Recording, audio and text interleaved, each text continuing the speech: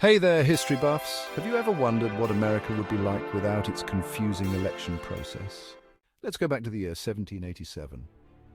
The Founding Fathers, tired of arguing about how to make the election process confusing, decided to streamline it. A solution struck Benjamin Franklin, ever the innovator. "Gentlemen," he declared, "let the electoral games commence." They abandoned the whole electoral college thing and decided to elect a champion from each of the 13 colonies. And so the Continental Congress was transformed into an arena. Each colony offered up a tribute, a young man or woman, to fight to the death for the ultimate power position. Forget debates and ballots. The fate of the nation would be decided by wrestling alligators, dodging cannon fire, and foraging for edible berries in Independence Hall. Thus, the United States of America was born, forged in the fires of the founding electoral games. Every 4 years, the nation would hold new games, reminding its citizens that freedom wasn't free. But this tradition would not withstand the test of time. America's 9th president, William Henry Harrison, died in office from a rabid squirrel bite he sustained during the 9th electoral games. This tragedy prompted American citizens to question the brutality and viability of the games. Whispers of discontent grew into roars of rebellion, and talk of secession spread through the states. The southern agrarian states wanted to hold agricultural contests, with the office of president going to the grower of the biggest tomato.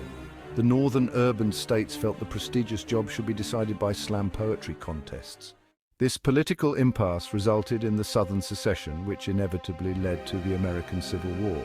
The North held its inaugural presidential slam, with President Abraham Lincoln, otherwise known as Abra Slam Lincoln, making quick work of his rivals.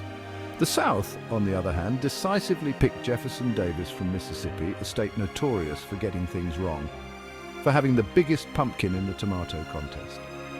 After a long and arduous conflict, the South prevailed by employing a cunning strategy involving a battalion of trained squirrels capturing Washington, D.C. Restoration of the Union promptly began with the temporary president, Jefferson Davis, proclaiming that the office should be held by one who exemplifies cunning, strength, and resiliency. With there being only one true test for these qualities, and with the rest of the nation in agreement, the National Hungry Hippos Tournament was born. Every 4 years, it brought together the nation's top Hungry Hippos players to decide who would lead the country. So now, a nation lacking the confusing process of going through primaries and caucuses can pretend to know how other things work to impress their Facebook friends. And the nation's youth are no longer yelled at by women who think denim dresses are professional attire, since public schools no longer have to teach government.